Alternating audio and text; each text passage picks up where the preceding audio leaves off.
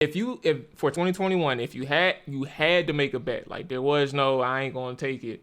If you had to make a bet, which one would you make and why? So here's the two options.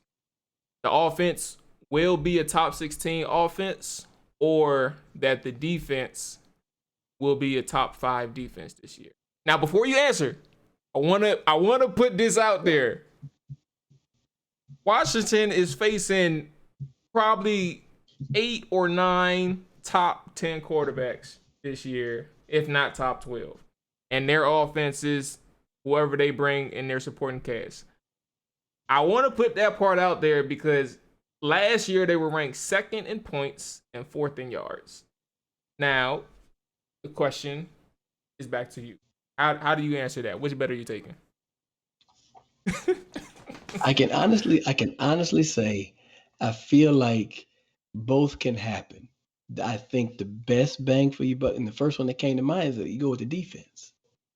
Like I said, they are fast, they are angry, they gonna get up there, play press man. Like, okay, you're gonna sit there, you got Montez Sweat on one side, you got Chase Young on the other side. What do you do? All right, what do you do?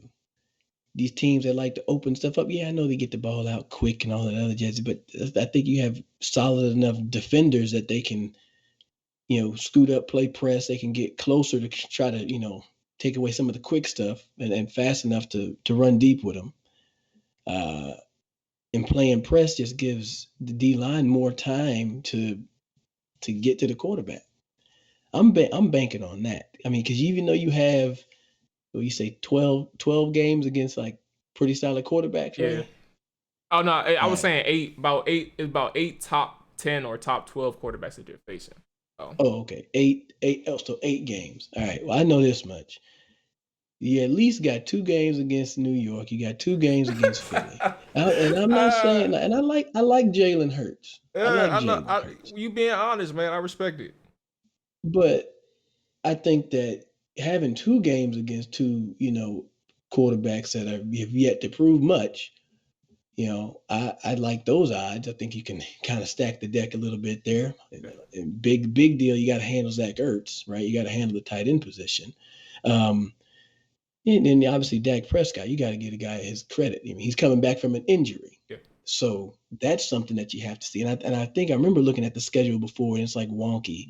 It's like weird how they broke the games up this year. So I don't think you see Dallas, and I don't think we see Dallas until later Yeah. in the season. Is that right? Two of the I don't know the exact dates, but 2 out of our last 5 we see Dallas because last 5 are all divisional. I think it's like you play them and then like 2 games and then you're back again. That's ridiculous. That's just like I've never seen that that's. before. mm.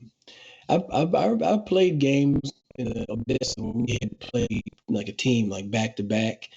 Like you really can't put any you don't put any wrinkles in. One of those games is going to be very vanilla because you don't have enough time to put in a whole entire new scheme for something.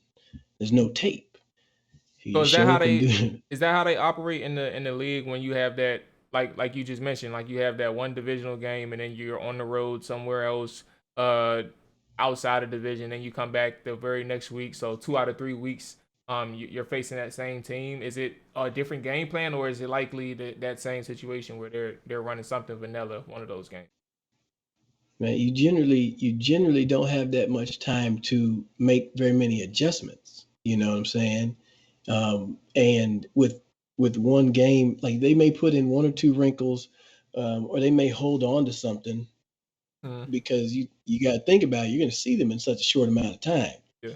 Like it's very fresh on their mind what was working and what wasn't. So hopefully you scrap all the stuff that really didn't work, and then try to move forward with the stuff that does.